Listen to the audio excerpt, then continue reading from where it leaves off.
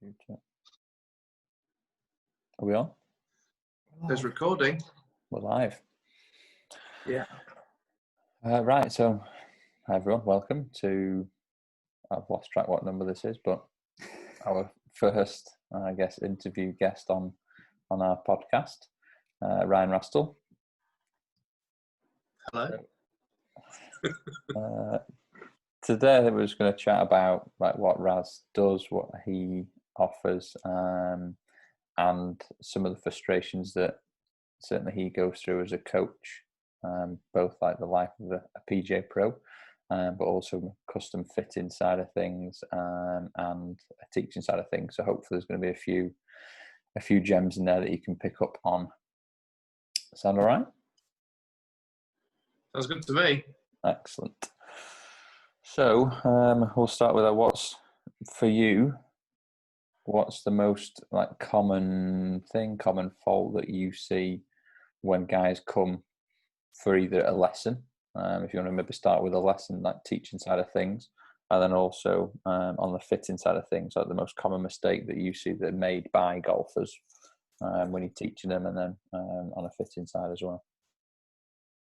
Well, I mean, I suppose the two kind of cross over quite nicely with fitting and coaching, really, because in both scenarios, you're trying to get the person to hit it better, and one way is getting them to move or do something different technique-wise. The other is actually trying to get a golf club that's going to help them to do it. And very often people resort to the fitting side of things to try and cure problems in their golf game rather than actually getting to the root cause of it, don't they? But yeah, obviously the most common problem that you see with most people in golf is slicing it, isn't it? They generally get over the top quite steeply.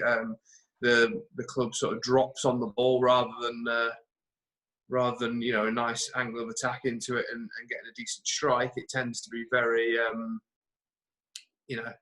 very steep, very sort of the club just dropping onto the ball, like I say, and they're almost praying to get some sort of a strike on it, really. And it's that and a lot of fittings that I do kind of cross over into being lessons as well, because sometimes it's it's paramount that they work on that in order to improve their sort of golfing performance, really. So obviously slice is a big one. Yeah, everyone knows that's the bad shot that most people hit in golf. But yeah, and there's varying different ways people go about doing that. But yeah, fitting, trying to stop the ball slices. Obviously, there's lots of different golf clubs out there now, as well as people who are hitting so steeply on it, either flight the ball, get the thing off the ground for them as well. It's also a constant battle when you're trying to fit to sort of get the ball flat up there and high enough and sort of get enough spin on it to keep the ball in the air. Generally with irons, I'm talking. With the driver, obviously spins ridiculous and it goes really high and you can't get any sort of flight on it.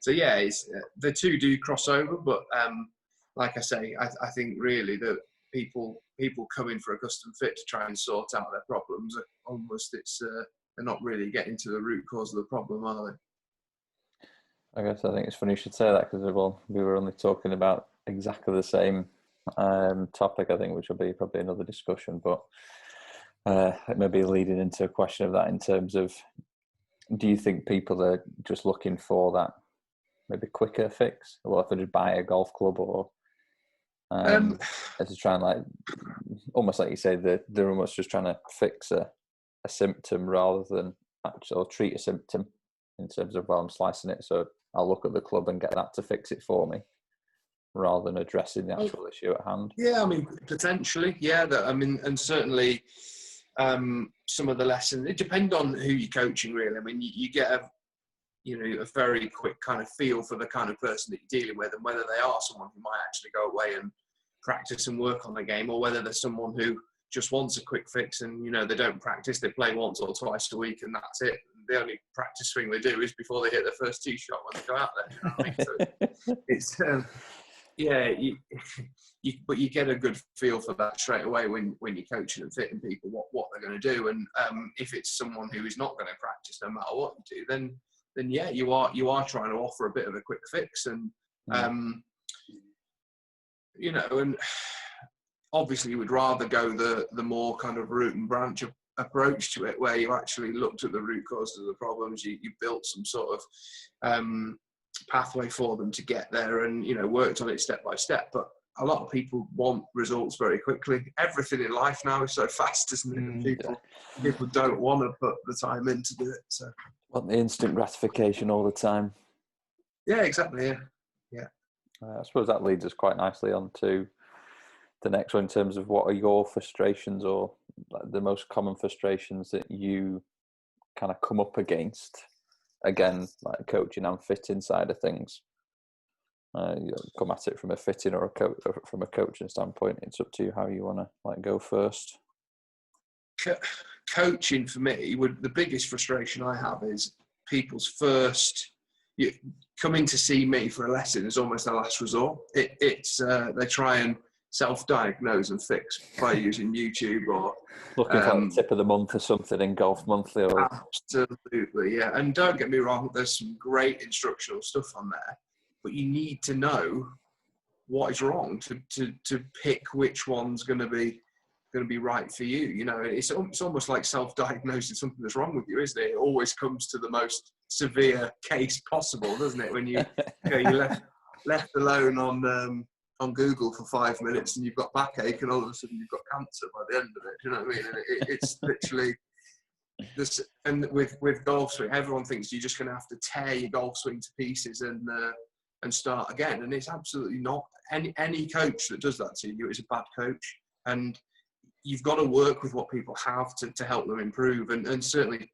tearing someone's golf swing to pieces is not the way to go about it. I mean, we should be your first port of call, not your last. It would be what I'd say. And within my experience, generally, most PGA professionals have got the knowledge now that it's not only golf swing principles, but they can look at, you know, certain biomechanical things to help you. And it might be certain stretches that might help, or certain things you can do pre going out on the golf course to help you as well, you know.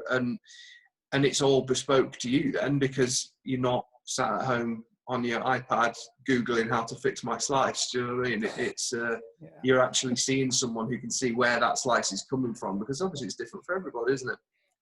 I think that's a really nice point, and it's something that we've that was quite refreshing to hear, because it's something we've been promoting actively. That actually your first point of call is to go to the coach, because, you know, most of the time is, like you said, you know, one of the things you guys are fantastic at is recognize the movement faults within the swing and giving those small changes, and giving the best advice of where to go and how to progress forward with that, you say.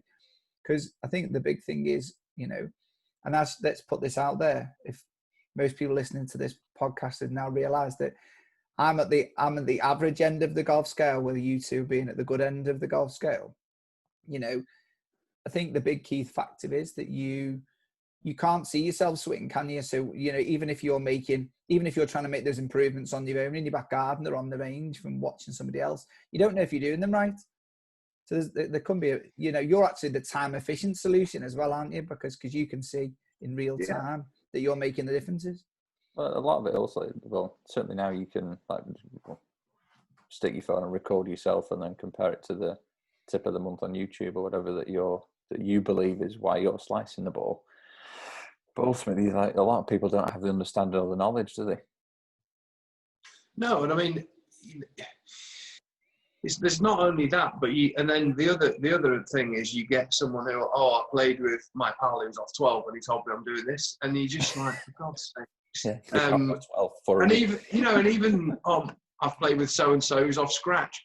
Do you know what I mean? When I turned professional, and I was an assistant, and I was actually learning about the golf swing and learning about fundamental movement patterns that you make, and I still get some shocking lessons then. Let alone when I was just an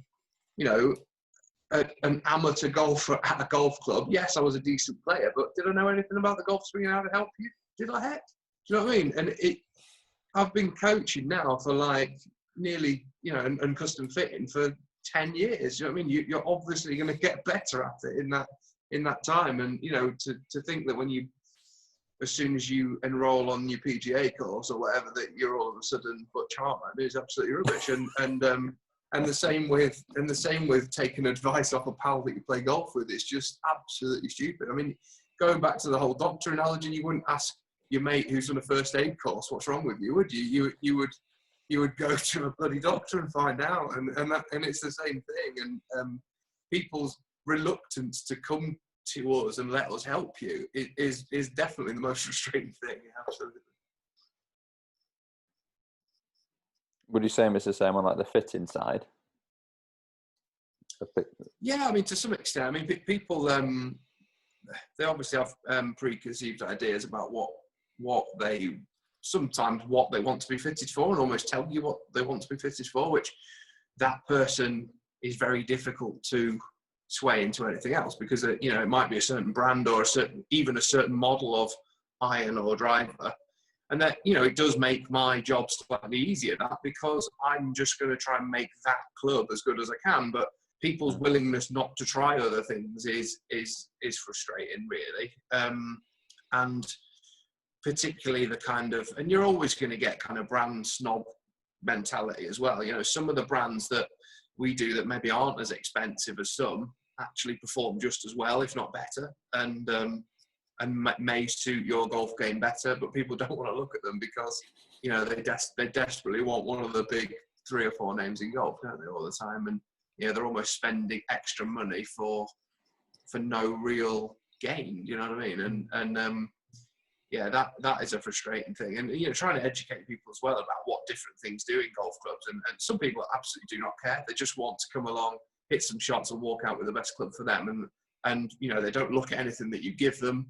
They're not bothered whether it's graphite, whether it's steel. And there's still this big stigma. You give someone a graphite shaft, all of a sudden they think they're a 36 handicap senior. And that's absolutely not the case. We're trying to bring about a certain ball flight or help you to deliver the club better. Or maybe you've got arthritis and we're trying to take some load out your joints and things like that. But like I say, they always think that you're just saying that they're not very good at golf anymore, or they're too old to play well. Do you know what I mean? And that is a difficult kind of hurdle to get over as well. That's interesting to say, like the ego of golfers being fit.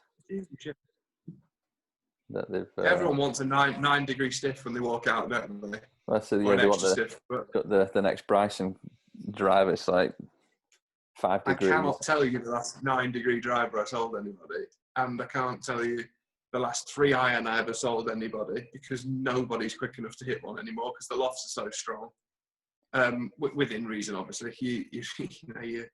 Your lower handicappers potentially, or higher club head speed players can, but there's a reason why hybrids came out and why there's more fairway woods and hybrids in people's bag. It's because irons are so hard, hard to hit, and really strong lofted, aren't they? So there's certain kind of reluctance to try technology that's going to help you is also something that's it's a little bit frustrating, I'd say. Yeah, it's interesting in terms of that's how things like golfers have that preconceived idea, don't they? Like, well, I've seen everyone else use this, so I have to use this. So I'm off 1, so I must need a really low lofted driver, or I'm off 1, so I need to carry a 2 iron or a 1 iron or a 3 iron. You're like, well, like, take the advice. Like, sort of leave your ego at the door as such and take the advice. Because as I said, you guys are there to help them to build a better golf bag, to help build them a better golf game ultimately. Good. Absolutely. And I've always tried to, and certainly over the last sort of 3 or so years, I'm not affiliated to any brand or anything like that, so I couldn't care less whether you walk out with a Callaway, a Titleist, Wilson, Cobra, not bothered, as long as you get the right club that's for you. That's all I care about. Do you know what I mean?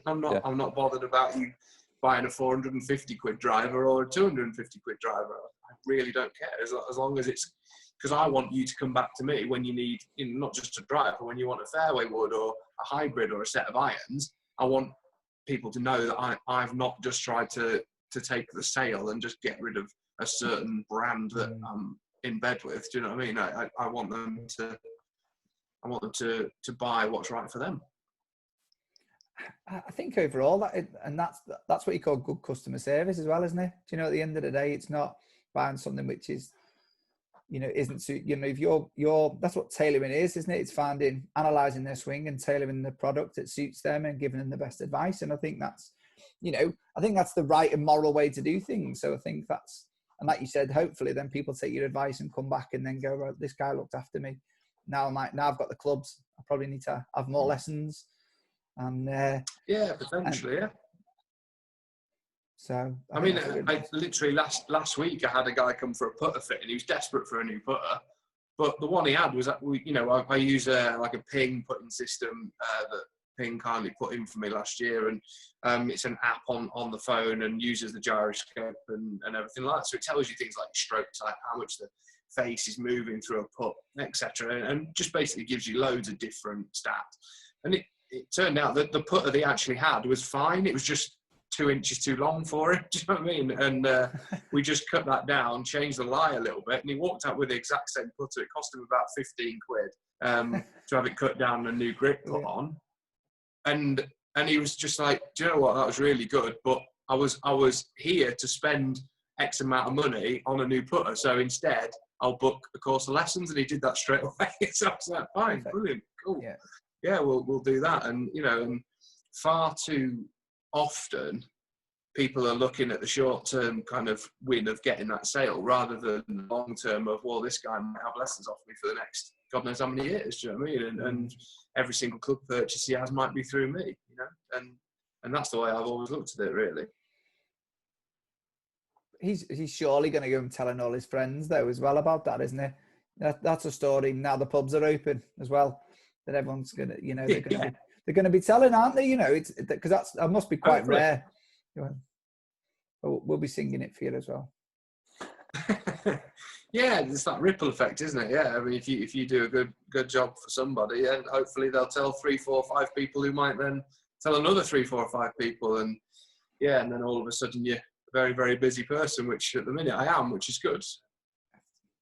That's obviously the approach is working, isn't it? And that's what you want to know as well, isn't it? That's the, I think being honest in the world. The problem is, like I think you have quite rightly highlighted. I think if you're not honest and you don't put the customer as the best intention, then you're going to get caught out, and that's not going to. It's not a long-term strategy for a business, is it? So absolutely not. No. So I guess the next one kind of leads. It's a much more general question, but your life as a PGA Pro. I mean, Yep. How long have you been a PGA Pro now? I think I've been. I couldn't tell you, Josh. To be honest, feels like a lifetime.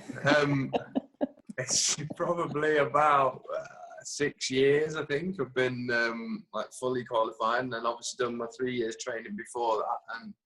And but I've always been around the game, really. To be honest, being a PGA Pro wasn't something I thought I would probably ever do, but I was more into which is why I love custom fitting so much. I was more into like the club technology side of stuff, and when I went to university, that's kind of where I thought I would be going. Some sort of I did a sports technology degree and looked at designing things. Like, it was everything from footwear to steering wheels for cars to putters to everything, really, clothing and all sorts of stuff. But yeah, that's the sort of route I saw myself going down. I mean, my golf is in my blood, in my family. My dad and uncle are both PGA professionals. My dad has played golf on European Tour and Seniors Tour and PGA Cup player, really, really good level. I was never, ever going to be that good at playing the game, but always enjoyed playing, and just was more the sort of academic and design kind of side, I suppose. But then, you know, those jobs don't come around all that often. So, you know, I got into golf operations management through a hotel chain, and that's, you know, we worked there as well. Josh, you were there as well with me, and obviously met you at university. You were doing a different course to me, but, you know, just through playing golf, known each other. Then, like I say, doing my PGA training was kind of something I fell into, really, because I just thought, you know, because I was doing custom fitting full time, but wasn't, you know, an amateur golfer still. I thought, you know, if people are going to take me seriously doing this, then I've got to be PGA qualified, because it's the sort of rubber stamp and kind of seal of approval that you need for people to kind of not kind of think that you're credible, but it almost helps that. Do you know what I mean? And I would certainly that want credibility for you, doesn't it? Yeah, exactly. And it's kind of spiraled from there. So now, you know, I did my training. I've now obviously taken over as head pro here at Howley. So I've got my own shop and the studio that you can see where I am now.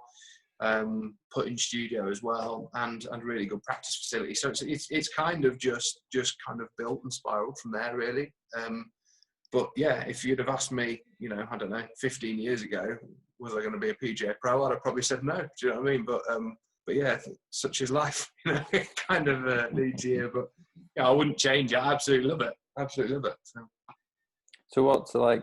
I mean, I don't know if you probably couldn't really pinpoint anything, but for you so far, what's been like the best bit, or one of the highlights, or some of the highlights of either just being in and around golf, playing it, being a PGA Pro, sort of across your career within the sport?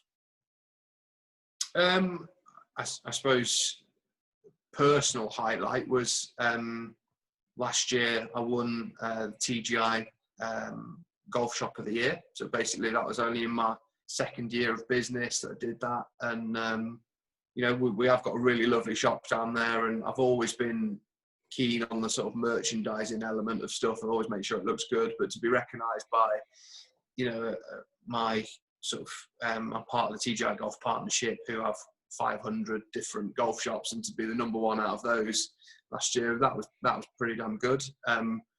You know, playing sort of successes are limited, but, you know, I've you know, I make no bones about it. I'm an all right golfer. I'm absolutely never going to make a living playing the game, but still, just like most people, absolutely love it. You know, I love getting out on the golf course and playing.